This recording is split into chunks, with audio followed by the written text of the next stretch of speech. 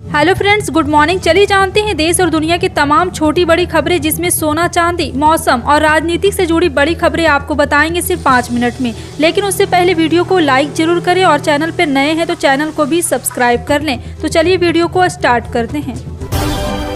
राधे मध्य प्रदेश में समाजवादी पार्टी ने विधानसभा चुनाव के लिए उम्मीदवारों की घोषणा कर कांग्रेस के लिए परेशानी खड़ी कर दी है। अब यूपी में सपा के सहयोगी और इंडिया गठबंधन में शामिल राष्ट्रीय लोकदल चुनावी राज्य राजस्थान से कम 6 सीटों की मांग करने की योजना बना रही है। आंकड़ों के मुताबिक जयंत चौधरी के नेतृत्व वाली आरएलडी ने पिछली बार राजस्थान के 2 सीट भरतपुर और मालपुर पर चुनाव लड़ा था, जिसमें आरएलडी ने भरतपुर सीट पर जीत हासिल की थी।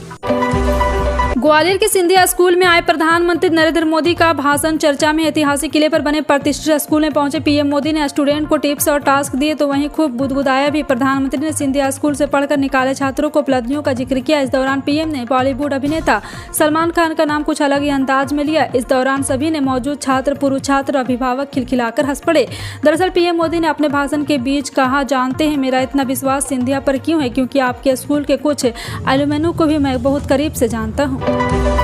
बिहार के मुख्यमंत्री नीतीश कुमार के बयानों को लेकर सभी कंफ्यूज। राजनीतिक विश्लेषक उनके बयान का जब तक मतलब समझते हैं उनका दूसरा बयान आ जाता है। अभी कुछ ही दिन पहले मोतिहारी महात्मा गांधी यूनिवर्सिटी के समारोह में राष्ट्रपति की उपस्थिति में उन्होंने मनमोहन सरकार की आलोचना और मोदी सरकार की तारीफ कर दी थी। अभी इसके मतलब निकाले ही जा रहे थे कि उन्होंने तेजस्वी को उत्तराधिकारी बनाने की बात कर दी। अब इसके मतलब निकाले जा रहे हैं। हॉलीवुड के इतिहास में यह पहला मौका है जब किसी हड़ताल को 100 दिन पूरे हो गए। हालांकि स्क्रीन राइटर्स ने यह हड़ताल शुरू की थी, पर वो अब वापस काम पर लौट चुके हैं। लेकिन फिल्म और टीवी के एक्टर अभी भी धरने पर बैठे हुए। शनिवार को एक बार फिर स्टूडियोज के साथ धरना प्रदर्शनकारी की बात किसी नतीजे पर नहीं पहुंच सकी। अगले महीने छत्तीसगढ़ में चुनाव होने वाले। चुनाव को लेकर सभी पार्टियां तैयारी में जुटी। इसी बीच छत्तीसगढ़ के सीएम नवरात्रि के अंतिम दिन नवमी पर अपने निजी निवास पहुंचे। वहां पहुंचकर छत्तीसगढ़ के सीएम ने मां दुर्गा की विशेष पूजा अर्चना की। इसके साथ ही भूपेश बघेल ने हवन और पूजन भी किया। यही नहीं, हवन पूजन करने के बाद भूपेश बघेल ने 9 कन्याओं का पूजन भी किया। भारतीय अंतरिक्ष अनुसंधान संगठन के प्रमुख एस सोमनाथ ने रविवार को कहा है कि अंतरिक्ष एजेंसी बहुप्रतीक्षित मानव अंतरिक्ष उड़ान कार्यक्रम गगनयान मिशन के लिए लड़ाकू विमान उड़ाने वाली महिला पायलटों या महिला वैज्ञानिकों की प्राथमिकता देगी और भेजा जा सकेगा उन्हें भविष्य में। उन्होंने कहा है कि इसरो अगले साल अपने मानव रहित गगनयान अंतरिक्षयान में एक महिला ह्यूमनॉइड दिखने वाला रोबोट होगा। इजरायल और हमास के बीच युद्ध जारी। युद्ध दिन ब दिन खतरनाक होते जा रही है। अब ये जंग केमिकल हथियारों की तरफ बढ़ रही है। इसी बीच इजरायल के राष्ट्रपति ने चौंकाने वाला दावा किया। इजरायल के राष्ट्रपति इसहाक हेर्ज़ोग ने दावा किया है कि 7 अक्टूबर को जिन आतंकियों ने म्यूजिक फेस्टिवल पर हमला किया उन्हें केमिकल वेपन बनाने निर्देश दिए थे। टीएमसी सांसद महुआ मोइत्रा के साथ अपनी वायरल तस्वीर पर कांग्रेस सांसद शशि थरूर का बयान सामने आया। उन्होंने कहा, मेरा जीवन लोगों को समर्पित है। इस तरह के ट्रोल सस्ती राजनीति का हिस्सा है। मेरी राय में कोई गंभीर मुद्दा नहीं है। थरूर ने इन वायरल तस्वीरों को सच में बताया। उन्होंने कहा कि ये तस्वीर महुआ के जन्मदिन की कुछ लोगों ने गलत दर्शाने की तस्वीर को क्रॉप किया और उन्हें सोशल मीडिया पर पोस्ट कर कहा। श्रीलंका के राष्ट्रपति रानिल विक्रमसिंघे ने अपने मंत्रिमंडल में फेरबदल किया है। इस फेरबदल के अनुसार उन्होंने अपने 2 मंत्रियों के प्रभार बदले। उधर विपक्षी दल उनकी आलोचना कर रहे हैं और नकदी संकट के भी सरकार अगले साल होने वाले चुनावों को स्थगित करने की प्लानिंग कर रही है। छत्तीसगढ़ विधानसभा चुनाव से पहले राज्य के सीएम भूपेश बघेल ने किसानों की कर्ज माफी को लेकर बड़ा ऐलान किया। उन्होंने कहा कि अगर उनकी सरकार दोबारा बनी तो वह किसानों को कर्ज माफी की तरह माफ कर देंगे। गौरतलब है कि छत्तीसगढ़ में 90 सदस्यीय विधानसभा के लिए 7 और 17 नवंबर को 2 चरणों में चुनाव होने। ऐसे में राज्य में किसानों का वोट एक अहम भूमिका निभा सकता है। दक्षिण भारतीय फिल्मों की प्रसिद्ध एक्ट्रेस गौतम टाडीमिल्ला ने भाजपा ने इस्तीफा दे दिया है। बयान जारी करते हुए उन्होंने भाजपा छोड़ने की वजह ही बताया। उन्होंने सोशल मीडिया पर बयान जारी करते हुए दावा किया कि भाजपा एक ऐसे व्यक्ति की मदद कर रही जिसने उनकी संपत्ति को ठग लिया। गौतमी ने ट्विटर पर लिखा, वो पिछले 25 सालों से भाजपा की सदस्य रही। उन्होंने पूरी ईमानदारी और प्रतिबद्धता से पार्टी के लिए काम किया। इजरायल हमास जंग 17वें दिन भी जारी। इजरायल आतंकी संगठन हमास के ठिकानों पर लगातार हमले कर रहा है। गाजा पट्टी पर हुए ताजा हमले में सैकड़ों लोग मारे गए। चारों ओर से गाजा पर हो रही बमबारी के बावजूद अब गाजा में रहने वाले लोगों में इजरायल के हमलों को खौफ लगता नहीं रहा गया है और जानकारी के अनुसार गाजा में चारों तरफ हो रही बमबारी के बीच लोग फिर से नॉर्थ गाजा लौटने लगे हैं। भारत में इस समय वनडे वर्ल्ड कप 2023 बहुत ही शानदार अंदाज में खेला जा रहा है। लेकिन इसी बीच क्रिकेट जगत के लिए बुरी खबर सामने आई। 70 साल की उम्र में पूर्व भारतीय दिग्गज स्पिनर बिशन सिंह देव बेदी का निधन हो गया। 1970 के दशक में स्पिनर गेंदबाजी की प्रसिद्ध चौकड़ी का हिस्सा रहे बिशन सिंह बेदी अब नहीं रहे। पुणे में एक स्कूल की इमारत के उद्घाटन समारोह में भाग लेने के लिए शरद पवार और अजित पवार पहुंचे। इस दौरान उनके बीच की दूरियां साफ दिखाई पड़ रही। इस बाबत सुप्रिया सूर्य ने बयान जारी करते हुए कहा कि हमारी राजनीतिक भूमिका अलग है, लेकिन पारिवारिक नातों में हमने कभी भी कटुता नहीं आने दी। इसे वैचारिक परिपक्वता कहते हैं। बता दें कि स्कूल का संचालन विद्या प्रतिष्ठान द्वारा किया जाएगा, जो कि एक शिक्षा संस्थान है।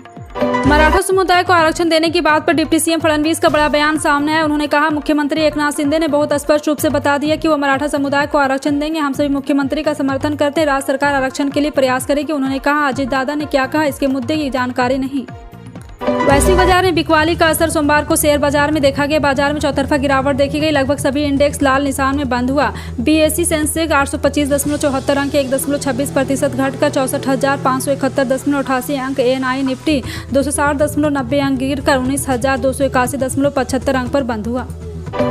अगर आपने भी बेटी के सुनहरे भविष्य के लिए सरकार की महत्वपूर्ण सुकन्या समृद्धि योजना का फायदा नहीं लिया है तो आप एक बड़ी गलती कर रहे हैं। बता दें कि भारत सरकार द्वारा बेटियों के लिए चलाई जा रही महत्वपूर्ण सुकन्या समृद्धि योजना पर ब्याज दर बढ़ा दिया गया है। बता दें कि नई ब्याज दर 8% हो गई। अगर आप निवेशक इन योजना का निवेश करते हैं तो 21 वर्ष के बाद उन्हें अपनी बिटिया की पढ़ाई एवं विवाह के लिए एक बड़ी रकम मिलेगी। कनाडा में खालिस्तान समर्थक द्वारा हर रोज कोई न कोई हंगामा करने की खबर सामने आ जाती है। इस बार कनाडा के वैंकूवर में खालिस्तान समर्थकों ने भारतीय दूतावास को एक बार फिर से घेर कर अपना रोष प्रदर्शन किया। आपको बता दें कि बीते रविवार को खालिस्तान समर्थकों ने कनाडा के शहर वैंकूवर में कार रैली की घोषणा की थी। सबडिटी यानी प्रत्यक्ष कर बोर्ड द्वारा आयकर विभाग के शीर्ष अधिकारी को लिखे खत ने विवाद बढ़ा दिया। आयकर विभाग के प्रिंसिपल चीफ कमिश्नर को लिखे खत में कृषि और किसान कल्याण विभाग के सचिव ने मांग की है कि डिप्टी सेक्रेटरी से लेकर संयुक्त सचिव के पद पर काम कर रहे दिल्ली रीजन के 15 अधिकारियों को सरकारी योजनाओं के प्रचार के लिए जिला रथ प्रभारी यानी विशेष अधिकारी के रूप में काम करने के लिए नामित किया जाए। आगामी विधानसभा चुनाव और लोकसभा चुनाव 2024 से पहले समाजवादी पार्टी के बाद अब लेफ्ट पार्टियों ने भी कांग्रेस की टेंशन बढ़ा दी है। लेफ्ट का कहना है कि अगर कांग्रेस उसे राजस्थान और तेलंगाना में गठबंधन के तहत सीटें नहीं देती तो वो अपने उम्मीदवार मैदान में उतारेगी। दरअसल इंडिया गठबंधन में कई दल लगातार कांग्रेस पर दबाव बनाए हुए। पहले सपा और अब लेफ्ट दलों ने कांग्रेस की मुश्किल बढ़ा दी। लेफ्ट दलों ने तय किया है कि वो तेलंगाना और राजस्थान में चुनाव लड़ेंगे। राजनीतिक में दल बदलना, बागी होना, इस्तीफे देना, ये सब बातें अब आम हो चुकी है। लेकिन इस बार मध्य प्रदेश विधानसभा चुनाव के पहले जो उद्देश्य वो कांग्रेस और बीजेपी दोनों के लिए हैरान करने वाला है। प्रदेश सहित अशोकनगर जिले में भी प्रत्याशी घोषित होने के पहले शुरू हुआ बगावत का सिलसिला अब बढ़ता जा रहा। विधानसभा चुनाव से पहले कांग्रेस में असंतोष और विरोध बढ़ता जा रहा। टिकट की आस लगाए मोहन यादव ने इस्तीफा दे दिया। भारत से सटे अरब सागर और बंगाल की खाड़ी में एक साथ दो खतरनाक चक्रवात बन रहे हैं। अरब सागर में उठा चक्रवात तेज बेहद भीषण चक्रवाती तूफान बदल चुका है। वहीं बंगाल की खाड़ी में चक्रवात हामुन बन रहा है। हालांकि अभी से ये शुरुआती दौर में, हालांकि साल 2018 में भी यही स्थिति उत्पन्न हुई थी और जब भारत के पूर्व और पश्चिमी दोनों तरफ चक्रवात साथ में बने थे। मध्य प्रदेश में 230 विधानसभा सीटों में बीजेपी ने 228 सीटों पर प्रत्याशी उतार दी। बची हुई 2 सीट विदिशा और गुना पर प्रत्याशी कौन होंगे इसके लिए मंथन जारी है। पार्टी लीडरशिप का दावा है कि जल्द ही नाम तय करने की घोषणा की जाएगी और सबसे खास सीट विदिशा है जहां मुख्यमंत्री शिवराज सिंह चौहान 2013 के लिए चुनाव लड़े थे। दिल्ली के मुख्यमंत्री अरविंद केजरीवाल ने भारतीय जनता पार्टी पर निशाना साधते हुए कहा, बीजेपी ने देश की तरक्की के लिए एक काम नहीं किया। उन्होंने पार्टी कार्यकर्ताओं को संबोधित करते हुए सोमवार को कहा है कि लोग इंडिया अलायंस को बीजेपी के विकल्प के रूप में देख रहे हैं। उन्होंने कहा है कि आज देश के सामने 3 परेशानी है। इनमें महंगाई, बेरोजगारी और भ्रष्टाचार है और सरकार के पास इनका कोई जवाब नहीं। लोकसभा चुनाव से पहले विपक्षी दल के गठबंधन इंडिया ने अपनी तरफ से अभी कोई प्रधानमंत्री का चेहरा घोषित नहीं किया। हालांकि लखनऊ में समाजवादी पार्टी कार्यालय के बाहर सपा मुखिया अखिलेश यादव को भावी प्रधानमंत्री बताते हुए पोस्टर लगा दिया गया। इस पोस्टर को लेकर सियासत गर्म है। वहीं सपा कार्यालय के बाहर लगे इस पोस्टर पर बीजेपी ने भी चुटकी ली है। इसके साथ ही अब कांग्रेस सांसद प्रमोद तिवारी ने भी अपनी प्रतिक्रिया दी है। कर्नाटक में सभी परीक्षाओं में मुस्लिम छात्राओं को हिजाब में परीक्षा देने की अनुमति दी जाएगी। यह फैसला कर्नाटक के मुख्यमंत्री सिद्धारमैया की अध्यक्षता में हुई बैठक में किया गया है। इसको लेकर प्रदेश के शिक्षा मंत्री भी एक बार फिर से सुधाकर ने घोषणा की है कि राज्य मुस्लिम छात्राओं को सभी परीक्षाओं के हिजाब में उपस्थिति होने की अनुमति दी जाएगी।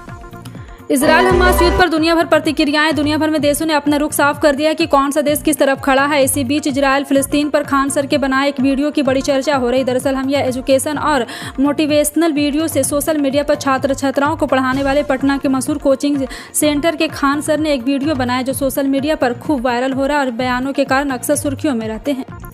हरियाणा में शिक्षक बनने का सपना देख रहे युवा कमर कस लें। हरियाणा शिक्षक पात्रता परीक्षा यानी कि हरियाणा सेट 2023 के रजिस्ट्रेशन प्रक्रिया जल्द शुरू होने वाली। हरियाणा विद्यालय शिक्षा बोर्ड की तरफ से राजकीय स्कूल में शिक्षक भर्ती के लिए यह परीक्षा आयोजित की जाती है। इसके रजिस्ट्रेशन ऑनलाइन मोड में शुरू होगा। बता दें कि भारतीय सराफा बाजार में सोने चांदी के दाम में तेजी देखने को मिल रही। जी हां, आपको बता दें कि त्योहारी सीजन शुरू हो चुका है और इसी को लेकर दुर्गा पूजा पर भारतीय सराफा बाजार में 23 अक्टूबर 2023 की सुबह सोने की कीमत में गिरावट देखने को मिली और चांदी की कीमत में उछाल आया। हालांकि सोना अब भी 60,000 रुपये प्रति 10 ग्राम के पार है तो वहीं चांदी का भाव 72,000 रुपये प्रति किलो से अधिक है। मिडिल ईस्ट में जारी कीमत तनाव के बीच आज अंतर्राष्ट्रीय बाजार में कच्चे तेल की कीमत में थोड़ी राहत मिली। WTI क्रूड ऑयल 72% की तेजी के साथ $87.45 प्रति बैरल पर कारोबार कर रहा था, जबकि ब्रेंट क्रूड ऑयल की कीमत 1.30% से बड़ी गिरावट देखने को मिल रही। ब्रेंट क्रूड ऑयल $91.31 प्रति बैरल पर कारोबार कर रहा। सार्वजनिक वितरण प्रणाली में भले ही अंत्योदय अन्न योजना व पात्र गृहस्थी कार्ड धारकों को सरकार निःशुल्क खाद उपलब्ध करा रही, लेकिन कोटेदार गड़बड़ी से बाज नहीं आ रहे। शाहाबाद के रामपुर हमजा में खाद्यान्न वितरण की जांच में जो तथ्य सामने आए वो चौंकाने वाले। अंत्योदय अन्न योजना के कार्ड धारकों को 35 के स्थान पर 28 किलोग्राम खाद्यान्न देने व 3 के स्थान पर 2 किलोग्राम चीनी दिए जाने की पुष्टि और 2 किलोग्राम चीनी की कीमत भी 40 रुपये वसूली गई। देश में ज्यादातर किसानों की आर्थिक स्थिति बेहतर नहीं। बहुत ऐसे किसान हैं जिन्हें फसल का नुकसान झेलना पड़ता है। ऐसे में केंद्र सरकार ने किसानों की आर्थिक मदद के लिए कई योजनाएं चलाती है। इसी तरह की एक योजना का नाम प्रधानमंत्री किसान सम्मान निधि योजना है, जिसमें 14वीं किस्त अब तक किसानों को दी जा चुकी है और 15वीं किस्त का किसान बेसब्री से इंतजार कर रहे हैं। उत्तर प्रदेश सरकार ने पराली जलाने से किसानों को रोकने के लिए सख्त कदम उठाए हैं। फिलहाल आपका इन सभी खबरों पर क्या कहना है, कॉमेंट सेक्शन में टाइप करके जरूर बताएं।